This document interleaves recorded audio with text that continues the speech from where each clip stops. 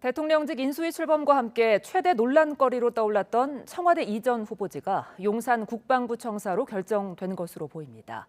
윤석열 당선인이 내일 직접 기자회견을 열어 새 대통령 집무실 후보지를 발표하고 그 배경을 설명할 예정인데요.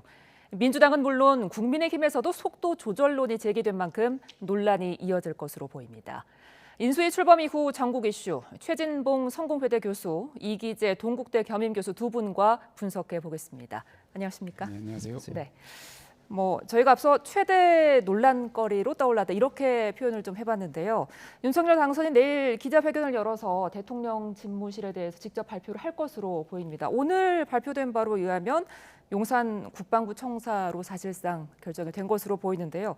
참 여러 논란이 많았는데 왜 이쪽으로 결정되다고 보십니까? 물론 이제 최종 결정은 지켜봐야 되겠습니다. 말씀하신 것처럼 국방부 쪽으로 갈 가능성이 높아지고 있는데요. 네. 두 군데가 고려 대상이었죠. 네. 외교부하고 국방부 두 곳이었는데 아마 외교부 청사 같은 경우에는 바로 대로변에 있잖아요. 그게 정부 종합청사 바로 옆에 있는 건물이고 네. 그러니까 이게 아마 경호 문제, 보안 문제가 가장 크게 작동했을 것 같고요. 네. 또 만약에 외교부에 있는 직원들과 함께 근무를 하게 되면 이게 부딪히는 게 많아지게 되고 또 그렇게 되면 경호 문제가 상당히 큰 부담이 될 수 있었을 것 같아요. 이제 그런 부분들이 많이 고려된 것 같습니다. 네. 실제로 보면 원래 청와대에서 나오겠다고 했던 목적을 보면 사실 시민과의 소통인데 네. 소통으로 보면 광화문이 훨씬 더 좋은 장소이긴 하죠.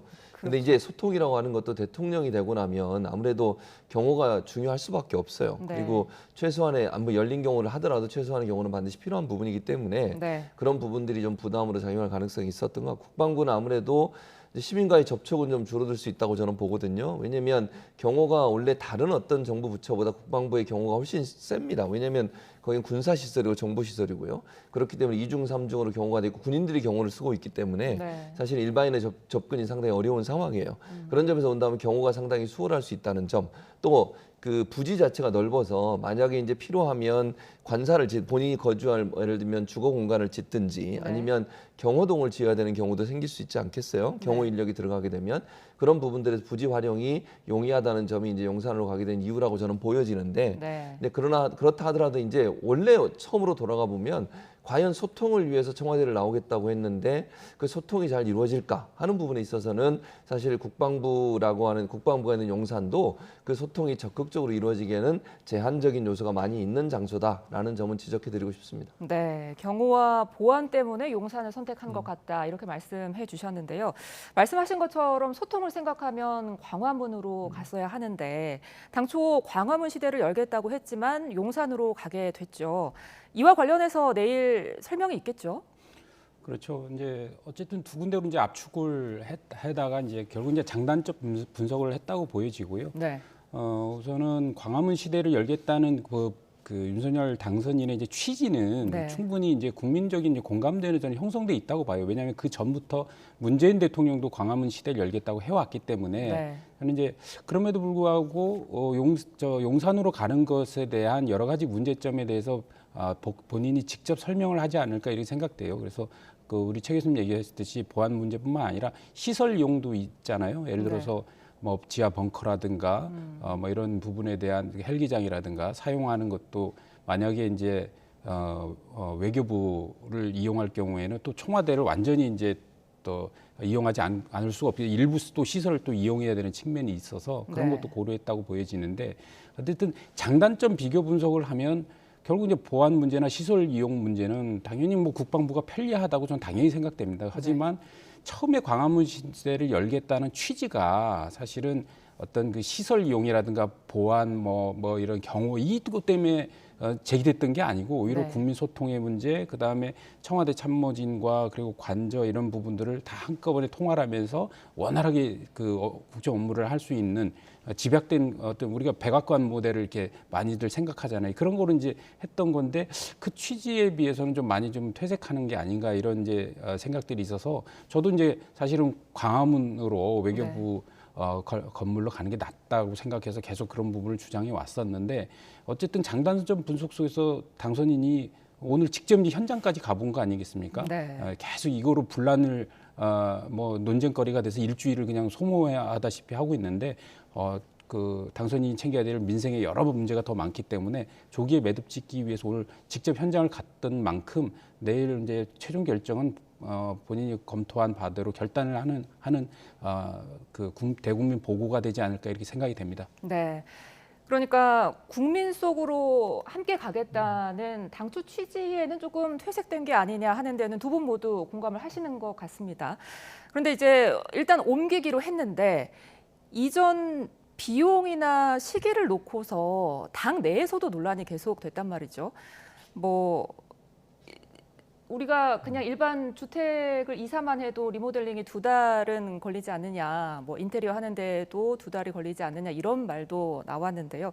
왜 이렇게 빨리 결정해야 됐을까요? 우선은 이제 청와대에 일단 들어가면 나오기가 어렵다 이런 좀 판단을 했던 것으로 보여지고요. 그리고 그래서 이제 윤 당선인은 선거운동 시기에도 본인은 청와대에 전혀 하루도 들어가지 않겠다라는 선언을 했잖아요. 네. 그런 차원에서 본인의 첫 번째 어떻게 보면은 약속을 지키는 측면이 있는 거거든요. 네. 그래서 지금 뭐 그 윤석열 당선인이 그 수많은 공약들을 또 내놨고 인수위가 이제 그것을 정리해 갈 텐데 지금 당장 어디에 입주할 것이냐의 문제는 국정 운영을 그 어떤 전개하기 가장 전 단계로 하는 거기 때문에 국민과 약속을 지키는 측면이 있어요. 그렇기 네. 때문에 좀 더 시간이 좀 촉박하더라도 어쨌든 그걸 약속을 지키고 싶다라는 의지가 좀 강할 것이라고 보여지고요. 네. 예산 문제는 그렇습니다. 예산 같은 경우는 너무나 지금 뭐 서로가 그 주장하는 바가 달라요. 뭐 민주당 뭐 의원께서는 뭐 1조 원까지 얘기하는데 제가 볼 때는 네. 그거는 좀 과하신 것 같고 좀 국방부에서 얘기한 것은 이제 국방부에서는 뭐 5천억을 얘기하고 있지 않습니까? 네. 그거는 이제 본인들의 이제 국방부 이전에 따른 뭐 신축 건물까지 생각을 해서 그런 건데 이번에 이제 행정안전부에서 비용에 대해서 이제 그 의견을 냈어요. 그랬을 때 외교부 청사를 이용하는 게 한 1,000억. 그다음에 국방부를 이용하는 건 오히려 그거의 절반인 500억을 얘기했거든요. 그럼 이제 국방부가 얘기한 거하고 행정안전부에서 국방부로 갔을 때 500억하고 5천억은 너무 갭이 크잖아요. 네. 너무 차이가 큰데 그거는 이제 아무래도 제가 볼 때는 국방부에서는 솔직히 움직이기 싫은 것 같고요. 그러다 보니까 여러 가지 비용에 대한 추계를 좀 더 하지 않았을까 생각하고 네. 행정안전부에서는 지금 현재 있는 신청사나 구청사에서도 지금 많은 시설이 지금 비어 있대요. 이제 평택으로 많은 부분이 이전했기 때문에 그래서 충분히 이용이 가능하다. 이래서 신축 건물까지는 필요 없다. 이렇게 이제 판단을 해서 아무래도 비용을 500억 추계한 것 같습니다. 네.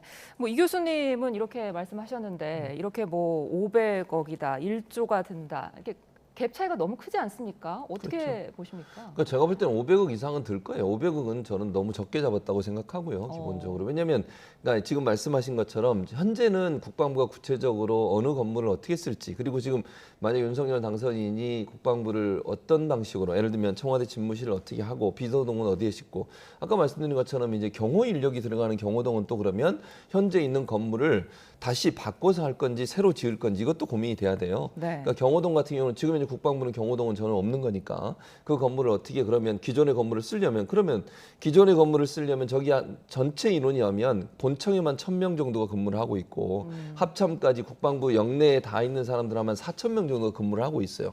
그러면 일부는 어쨌든 나가야 돼요. 전부는 아니더라도. 네. 그럼 그분들이 나가서 어디로 갈 거냐의 문제죠. 새로운 곳에 가면 새로운 곳에 어떻든 근무할 수 있는 환경을 만들어지는 건물을 짓든 리모델링을 또 해야 되는 거잖아요. 거기에 비용이 들어가겠죠. 또 본청을 만약 쓰게 되면 국방부 내부에 이제 전략 자산이라고 할 수 있는 예컨대 EMP처럼 이 방호 시설 같은 경우는 최첨단 장비이기 때문에 이 장비를 옮기는데도 상당히 큰 비용이 들어가요. 이게 네. 왜냐하면 그냥 띄어서 붙이는 이런 것이 아니라 정말 최첨단 기기들이 있기 때문에 전문가들이 아주 오랜 시간 정말 집중적으로 잘 관리해서 옮겨야 되는 상황이 그때 들어가는 비용도 지금 김병주 의원 같은 경우는 EMP 하나 옮기는 데만 1,000억이 들 수도 있다고 얘기를 하고 있어요. 네. 물론 뭐 추계는 좀 더 살펴봐야 되겠지만 그래서 500억이라고 하는 거는 저는 아니라고 생각하고요. 물론 1조가 될 거냐 그 부분은 이제 더 검토가 돼야 되겠죠. 말씀드린 것처럼 건물을 어떻게 재활용할 거냐의 문제이고 건물을 지을 거냐 말 거냐의 문제예요. 근데 어쨌든 이전을 하게 되면 단순히 그냥 대통령 집무실만 리모델링하는 그 돈만 들어가는 건 아니잖아요. 어쨌든 거기에 있는 분들이 딴 곳으로 이전하게 되면 그 딴 곳에 가서 어디에 근무할 거냐, 거기에 또 건물을 지어야 되면 그 예산까지도 함께 포함하는 게 저는 맞다고 보기 때문에 네. 아마 제가 볼 때는 뭐 1조 원까지 될 거냐는 제가 장담은 못 하겠지만 500억 가지고는 지금 제가 개인적으로 생각하건데 이전이 다 이루어질 수 없는 거라고 봐요. 아마 그 중간 정도가 될 것 같은데 네. 이제 중요한 건 그러면 이 정도 예산을 들여서 이렇게 옮기는 것이 과연 국민의 편익에 도움이 되고 또 원래 윤석열 당선인이 얘기했던 국민과의 소통을 위해서 정말 제대로 사용되는 거냐 하는 부분에서 국민들은 의심을 할 거라고 봐요. 네. 아까 말씀드린 것처럼 소통이 목적이었다고 하면 저는 여러 가지 다른 방법으로도 가능하다고 보거든요. 지금 국방부로 들어가게 되면 광화문과 달리 국민들과 소통할 수 있는 기회는 거의 비슷할 거라고 생각해요. 청와대 영내나 국방부 영내나. 네. 경호가 다 돼 있고 방어를 하고 있는 상황에서 거기에 들어가는 것이 과연 소통이 잘 될 거냐. 그러니까 네. 의지의 문제라고 저는 보거든요. 지금처럼 예를 들면 대통령이 식사하러 중간에 나오시고 네. 그러잖아요. 지금 식당도 가시고 이런 모습을 보여주는 것이 소통의 모습인 것이지 건물을 옮기는 것 자체가 소통이 될 거라고 단정적으로 얘기할 수 있는 건 아니라고 보기 때문에 네. 그만큼의 비용을 들여서 굳이 청와대를 나와서 저기 가는 것이 원래 목적에 타당한 거냐 하는 부분에서는 국민들의 판단이 좀 긍정보다는 부정이 좀 많지 않을까 이런 생각은 있습니다. 네. 애초 취지에 좀 의문점이 간다고 계속 말씀을 해주셨는데 집무실은 일단 뭐 용산 국방부 청사로 가는 쪽으로 지금 뭐 의견이 모아지는 것 같은데 용산으로 간다면 그렇다면 관저는 또 어떻게 할 것이냐 이 문제도 계속 이야기가 나오잖아요. 한남동 공관 이야기도 나오던데 뭐 그렇게 되면 또 교통 문제가 굉장히 또 걸린다고 하고 그렇다고 해서 집무실로 공간을 또 새로 지어서 같이 들어가면 또 그것도 소통하고는 거리가 멀지 않느냐 이런 말도 나오는데 어떻게 보십니까?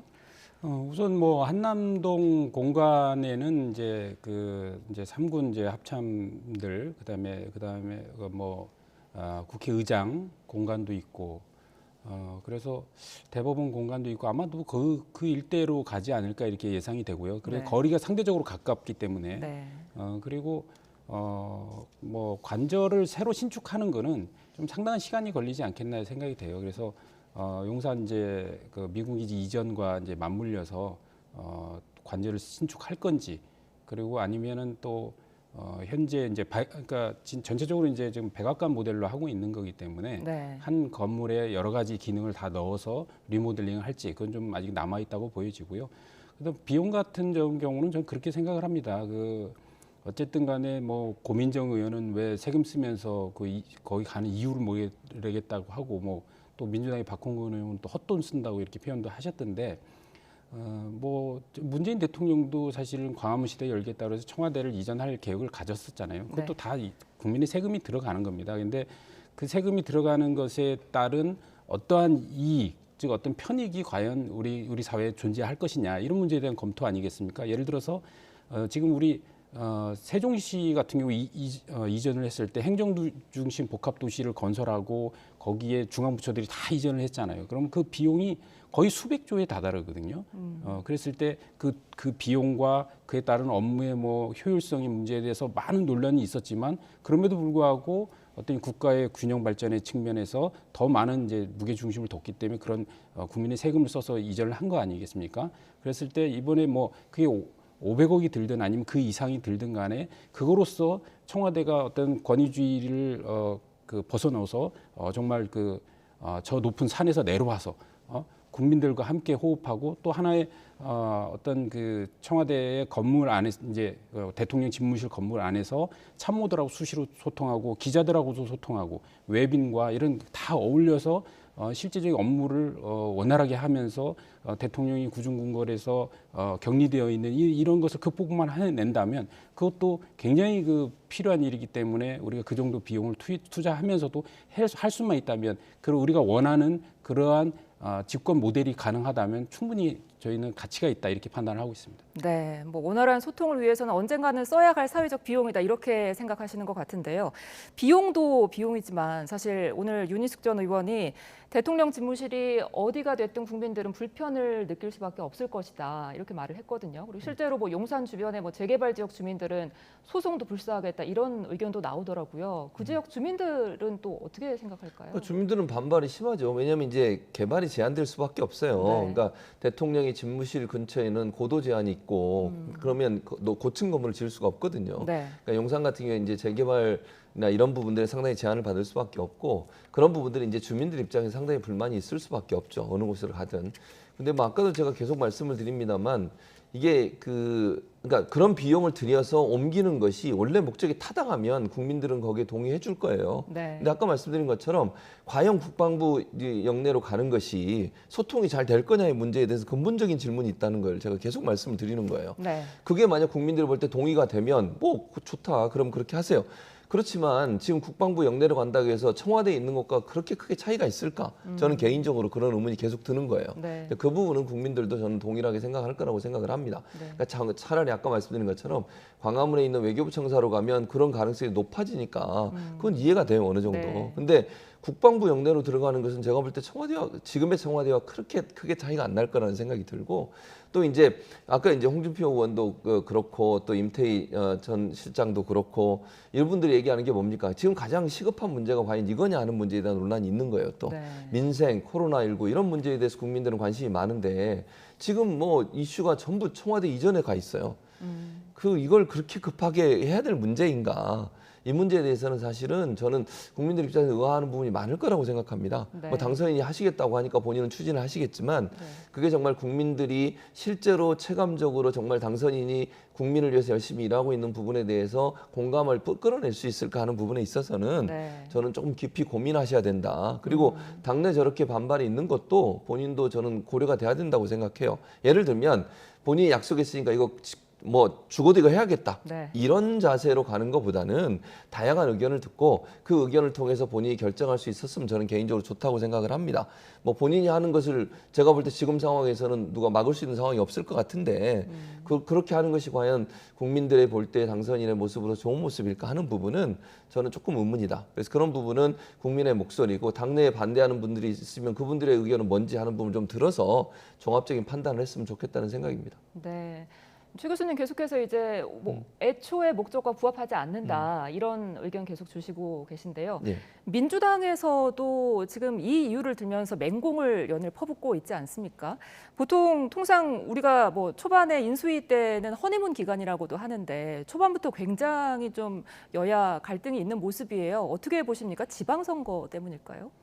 저는 이제 지금 국방부 이전에 대한 우려는 저는 두 가지 시선이 있다고 봐요. 하나는 정말 우리 최 교수님 같이 좀 진짜 진심으로 어떤 그러니까 국민과의 소통을 원하고 그러니까 과거에 청와대를 극복해서 저 광화문 시대를 원했던 사람들이 볼 때 국방부 이전은 좀 그 컨셉에는 안 맞지 않느냐라는 생각을 갖고 있는 의견이 있고 또 한편으로는 약간 정쟁의 관점에서 보면은 예를 들어서 문재인 대통령이 시도했지만 못했던 거 아닙니까? 그거를 윤석열 당선인은 되자마자 그걸 시행을 하고 굉장히 그것도 추진력을 갖고 시행을 했을 때 그리고 내려왔을 때 국민들하고 소통하는 모습들이라든가 이런 것들이 보여지게 되면 사실 민주당 입장에서는 긴장하지 않을 수밖에 없는 거라고 생각되어지거든요. 네. 그런 측면에서 어떻게 보면 계속 좀 디스를 하는 그런 거라고 좀 보여지는 측면이 있어요. 그러다 네. 보니까 이제 이게 심해지니까 뭐 아까 얘기한 대로 헛돈을 왜 그런 데 쓰냐부터 이렇게 막 이렇게 거친 발언이 나오고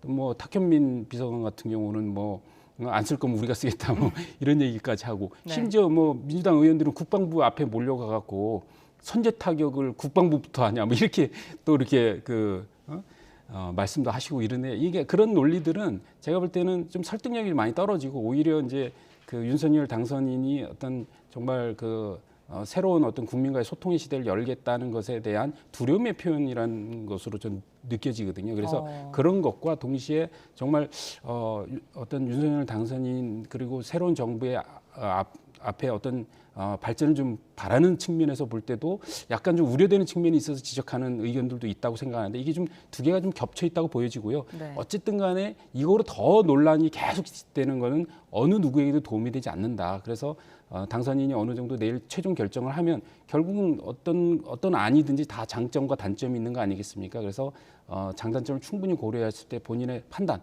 그걸 갖고 국민들에게 설명하실 텐데 그에 따라서 빨리 조기에 매듭 짓고 그 방향으로 그 어쨌든 당선인의 촉이 지금 의지이니만큼 좀 밀어주는 것도 방법 아닌가 이렇게 생각합니다. 네. 최 교수님, 뭐 민주당에서 새로운 정부의 뭐 소통 방향에 대한 두려움이다 이런 말씀도 하셨는데 어떻게 보십니까? 뭐 두려움이라고 보지는 않고요. 저는 개인적으로 뭐 민주당이 그거 가지고 두려움. 왜냐하면 민주당 입장에서 사실은 이게 합리적인 것이면 반대하는 것이 도리어 부담이 될 수 있어요. 발목 잡기라고. 네. 근데 이게 이렇게 얘기하는 것은 결국 국민들이 볼 때도 이거 좀 의아하다 이런 생각이 있을 거라는 생각이 들기 때문에 이런 얘기를 하는 거예요. 네. 그러니까 제가 말씀드린 것처럼 정말 국방부 청사로 가는 것이 타당하냐 하는 문제에 있어서 저는 상당히 큰 논란이 있을 거라고 봅니다. 국민들 사이에서도 여기에 대해서 물론 윤석열 당선인을 지지하시는 분들이 입장에서야 그렇게 하시겠지만 또 반대편에 있는 분들 볼 때는 굳이 그렇게 옮길 필요가 있을까? 그러니까 아까 제가 계속 반복적으로 본질이 문제라는 거죠. 그러니까 네. 본래 목적과 맞지도 않는 그런 장소로 옮기려면 굳이 돈을 들여서 옮길 이유가 있을까 하는 부분에 의문이 생길 수 있기 때문에 네. 저는 민주당 입장에서 그런 부분들의 문제를 제기하는 건 타당하다고 생각해요. 그게 정쟁의 문제라기보다 정말 이렇게 하시는 것이 맞는 것인지 하는 부분에서 문제를 제기하고 네. 그런 부분들이 정말 바로 잡아지기를 바라는 부분인 거죠. 네. 제가 볼 때는 그 민주당 입장에서도 그렇다고 이런 부분에서 문제를 제기 안 하는 것도 더 황당한 거죠. 왜냐하면 야당 입장에서는 당선이 이제 야당이 되겠지만 곧 야당이 되면 당선이나 아니면 정부가 잘못한 부분이 있거나 국민의 눈높이에 맞지 않는 상식적이지 않은 행동을 했을 때는 거기에서 문제를 지적하는 게 야당의 역할 아니겠습니까? 네. 그런 역할을 하는 부분이라고 저는 생각을 합니다. 네. 뭐 이 문제 앞으로도 뭐 당분간은 갑론을박이 좀 이어질 것 같은데요. 이번에는 인수위 얘기 좀 해보죠. 어제 현판식을 하고 공식 출범한 인수위 휴일도 반납하고 일하겠다고 밝혔는데요. 각오 한번 들어보고 오겠습니다. 무엇보다 새 정부는 일 잘하는 정부, 능력과 실력을 겸비한 정부가 되어야 합니다. 인수위원회는 신속한 업무 파악을 하고 개선해 나갈 점과 새롭게 추진해야 할 과제들을 빈틈없이 챙겨주실 것을 부탁드립니다. 우리에게 남은 시간이 53일밖에는 없습니다. 그래서 토요일, 일요일 포함한 휴일 없이 일해야만 될 것 같습니다. 위원분들은 개별적인 의견은 자제해 주시기 바랍니다. 대외적으로. 그래서 만약에 언론에서 어떤 의견을 물으실 때 모두 다 저나 대변인에게 넘겨주셨으면 합니다. 네.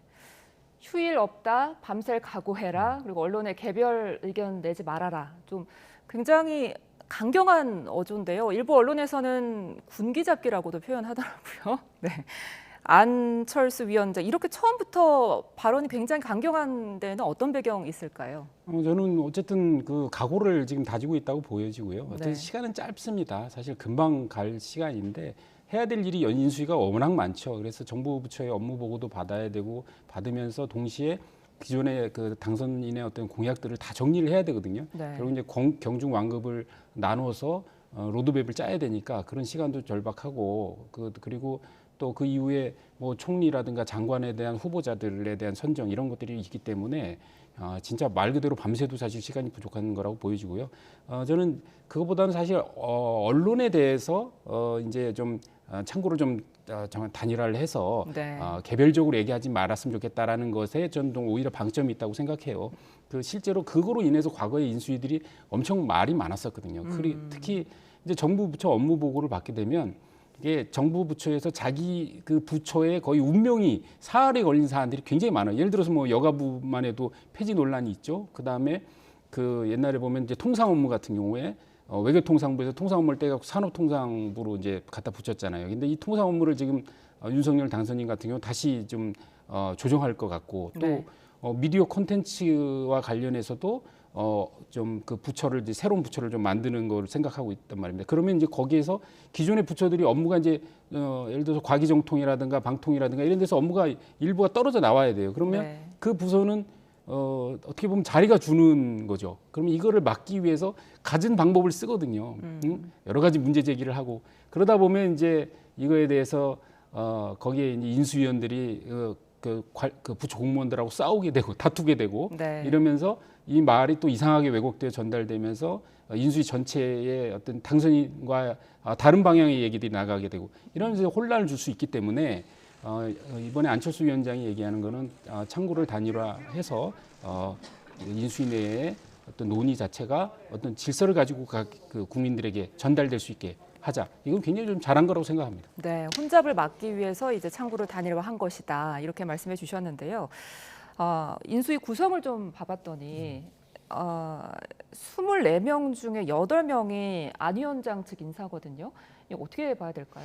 그러니까 이제 3분의 1 정도가 안철수 위원장의 추천을 받아서 구성을 한 것 같아요. 아마 이거는 그 당선인과 안철수 위원장 간의 네. 어떤 합의 내용이라고 저는 생각을 하거든요. 그러니까 공동정부를 하겠다고 했고 인수위원장은 안철수 지금 대표를 위원장으로 앉힌 것도 사실은 공동정부 출범이라고 할 수 있는데 그러다 보니까 안철수 위원장이 추천한 사람 3분의 1 정도가 들어와야 사실은 공동정부의 어떤 그 모양새가 되지 않겠습니까? 네. 그런 부분이 작동했다고 저는 보는데 다만 조금 이제 아쉬운 부분이라면 안철수 위원장이 추천한 분들이 대부분 과학기술 쪽에 집중돼 계세요. 네. 그래서 그런 분들이 들어오셨는데 그분들이 이제 전문성은 있는데 지금 배치돼 있는 인수위의 그 분과와 조금 맞지 않는 영역이 있어서 그 부분은 좀 우려되는 부분이 저는 개인적으로 있다고 생각해요. 네. 과학기술 분야뿐만 아니라 다른 분야에 들어가 계신 분들도 있어요.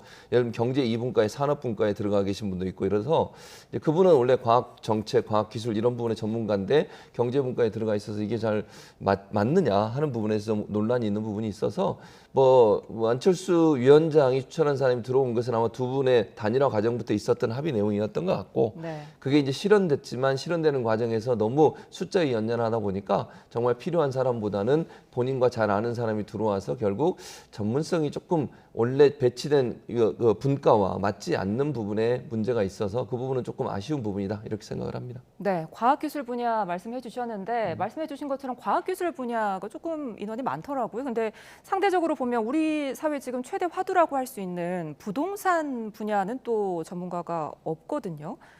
이 부분 어떻게 봐야 될까요? 부동산뿐만 아니라 분야가 워낙 많잖아요, 우리 네. 사회에. 그래서 에너지든 뭐 교육이든 또 문화예술, 뭐 체육 등등 어마어마한 분야가 많은데 이분들을 다 인수위원, 그러니까 법적으로 보장돼 있는 법정 그 인원이 24명 아닙니까? 네. 24명 안에 그걸 다 이렇게 소화하기는 현실적으로 어렵고 그렇기 때문에 24명의 인수위원 밑에 전문위원과 실무위원으로 또 한 200명이 구축되기 때문에 네. 저는 이제 경제분과의 인수위원 몇 명, 한 3명 정도 되잖아요. 1분과, 2분과 나눠져 있지만 어쨌든 그 밑에 전문가들이 또 전문위원으로 배치가 되기 때문에 뭐 각 분야가 다 망라돼서 그 논의되어지고 공약을 정리할 수밖에 없기 때문에 그럼 뭐 그거는 약간 기우라고 저는 생각이 되고 네. 이걸 전체적으로 정리하기 굉장히 어렵습니다. 그래서 예를 들어서 뭐 이번에 인수위에 왜 여성 할당이 없느냐 또 지역 문제 뭐 이런 것도 얘기되고 있잖아요. 근데 네. 그런 걸 다 일일이 다 구비해 갖고 구색을 맞출 수는 있겠지만 구색 맞추는 것보다 중요한 건 이제 일을 잘해서 인수위에 성과가 남는 게 더 중요하지 않겠습니까? 그런 면에서 볼 때는 현재 인수위의 출범은 어느 정도 기존에 이제 국회의원들도 어마어마하게 인수위에 들어가고 싶어 하시잖아요. 그런데 그럼에도 불구하고 한 6명 정도로 그 커트를 하셔서 실제로 국회의원들의 진입들을 어느 정도 차단한 것 같고 네. 그다음에 이제 아까 말씀하셨듯이 안철수 국민의당 후보와의 약속 이것도 지켰기 때문에 그런 걸 다 지키다 보니까 전체를 반영하기 어려웠다 이런 측면을 말씀드리고 전문성 분야는 어쨌든 그 전문위원으로 다 보완이 될 것이다 이런 점 말씀드리고 싶습니다. 네, 일 잘하는 그러니까 전문성 위주로 발탁했기 때문이다라고 말을 해주셨는데요. 그럼에도 불구하고 인수위 특징을 서오남 그러니까 서울대 출신 50대 남성에 치중이 됐다 이런 비판이 굉장히 많지 않습니까? 그렇죠. 네. 그러니까 지난번에 MB 정부 때 고소영 내각 이래가지고 또 논란이 된 적도 있었는데 이제 그게 또 떠오르는 부분이에요. 그래서 서오남 서울대 출신 50대 남성이 이제 많은 부분을 차지하고 있는 거잖아요 전체에서. 저는 물론 이제 윤석열 당선인이 그런 얘기를 했죠. 여성 할당 또는 뭐 지역 할당 이런 거 신경 쓰지 않겠다. 능력 위주로 하겠다. 근데 능력 위주로 했더니 결국 서울대 50대 남성이었다. 이것도 사실은 조금 저는 이해는 안 돼요. 개인적으로. 그러니까 물론 서울대 50대 남성이 뭐 능력이 출중할 수 있겠죠. 근데 네. 그 국민들이 볼 때 꼭 서울대 나와야 뭐 능력이 출중한 거냐.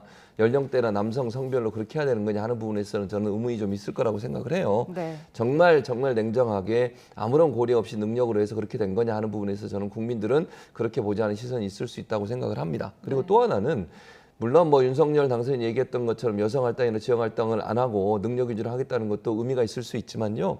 우리 사회의 다양한 의견을 듣기 위해서는 일정 부분 할당도 필요하다고 저는 생각해요.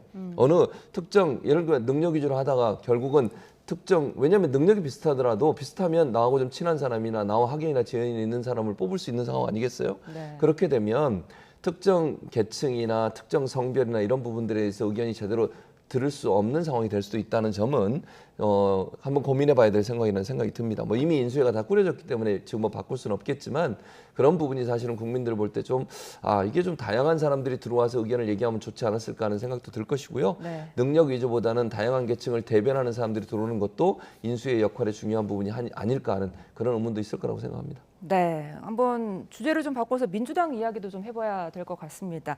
대선 패배 이후에 지금 당내 갈등이 조금 나오는 모습이에요. 윤호중 비대위원장을 중심으로 이제 갈등이 좀 나오고 있는데 윤 위원장이 성실히 수행하겠다 하고 정면 돌파를 선택을 했거든요. 어떻게 보십니까? 이 위기가 타개될 수 있을까요? 그러니까 이게 그 대선의 패배를 하면 원래 지도부가 총사퇴를 하잖아요. 네. 근데 그 당 서열 2위인 원내대표는 사퇴를 안 하고 비대위원장을 맡으니까 누가 봐도 좀 이상한 구조에 있는 건 분명합니다. 네. 책임져야 될 부분 아니냐 이런 부분에서 자유롭게 어렵고 그리고 정치권에서 항상 일어났던 선거의 패배 이후에 새로운 비대위를 전환할 때는 내부에서 선출된 권력이 아닐 경우에는 외부에서 이제 수요를 하게 되고 그러면은 당의 이제 문제점을 극복할 수 있는 어떤 컨셉을 가진 분 그리고 어느 정도의 지도력을 가진 분을 영입해서 위기를 극복해 나가는 이제 비상 체제를 구축하는데 어떠한 경우도 좀 윤호중 원내대표의 비대위원장은 좀 잘 맞지 않는 측면이 분명히 있어요. 그래서 저는 비판을 받고 있다고 생각하기 때문에 쉽게 이게 어떻게 보면 안정화하기는 어려울 거다 이렇게 좀 생각하고 네. 더 이제 어쨌든 관건은 이제 원내대표 선거가 곧 있잖아요. 네. 그러니까 원내대표 선거 때도 아마 많은 말들이 있을 겁니다. 어떤 원내대표는 비대위에 대해서 이번에 선출된 원내대표가 비대위원장을 해야 된다라고 주장할 수도 있기 때문에 저는 그게 어떻게 보면 순리에 굉장히 가장 맞다고 생각하거든요. 네. 그런 측면에서 아마도 이번에 선출된 원내대표에 의해서 비대위 전환이 다시 얘기되지 않을까 이렇게 전망을 합니다. 네. 그러니까 뭐 지금 원내대표 선출 이야기 해주셨는데 다음 주에 하지 않습니까? 교황 선출 방식으로 한다는데 이 방식으로 했을 때 개파 대리전 가능성 이야기도 나오더라고요. 이렇게 되면은 이제 이 이후에 후유증이 또 있지 않을까 하는 우려도 나오거든요. 그러니까 이 교황 선출만이 콘클라베 방식인데 그 방식을 채택한 게 사실은 개파 싸움을 좀 줄여보겠다는 의도예요. 네. 그러니까 왜냐하면 그 전에는 그냥 뭐 후보를 추천받아서 그럼 개파별로 정리해가지고 누가 후보로 나갈 건지 정하는 거잖아요. 그리고 나오면 대부분 2명, 3명이 이제 대결하게 되죠. 네. 그리고 첫 번째 예를 들면 일정 수위를 넘어가지 못하면 결선 투표하는 거거든요. 1, 2위만 가지고 결선 투표를 하는 방식이에요. 그러면 개파 간의 갈등이 더 깊어질 수 있는 요소가 분명히 있는 거죠. 물론 뭐 콘클라베 방식이나 전혀 개파색이 없을 거다 이렇게 단정적으로 얘기할 수는 없지만 여기에는 후보를 따로 내지 않고 모든 사람이 후보예요. 그러니까 172명 전부 다가 다 본인이 후보가 될 수 있고 누구든 원하는 사람 이름을 쓸 수 있는 거 아니겠습니까? 네. 물론 뭐 아까 말씀드린 것처럼 그럼에도 불구하고 개파들이 모여서 누구를 하자 이렇게 옹립하자 이런 얘기가 나올 수는 있겠지만 이건 조금 더 희석될 수 있는 방법이라는 생각이 듭니다. 지금의 상황에서는. 그래서 일단 누구든 이름이 나오게 되고 그 이름이 나와서 10% 이상의 이제 첫 번째 3분의 2 이상의 동의를 얻기 어려울 거예요. 제가 볼 때는. 그러면 10% 이상의 표를 얻은 사람들은 전부 다 이제 정견 발표하고 2차 투표를 하거든요. 네. 거기서 과반수를 얻는 사람이 되는 것이고 만약에 안 되면 이제 1, 2위만 가지고 결선 투표를 하는 이런 방식인 건데 그러면 저는 개파 싸움이 어느 정도 좀 줄어들 가능성이 있다고 생각해요. 그러니까 그게 가장 지금의 선출 방식에서는 가장 그래도 개파색을 좀 지울 수 있는 방법이 아니겠나 하는 생각이 들고 저는 전략적으로라도 민주당 의원들이 원내대표 선거에서 특별히 개파보다는 본인들이 민주당의 미래가 밝은 쪽으로 결정하지 않을까 하는 생각이 있습니다. 네, 듣고 싶은 이야기가 많은데 시간 관계상 여기까지 듣겠습니다. 최진봉 성공회대 교수, 이기재 동국대 겸임교수 두 분과 함께했습니다. 고맙습니다.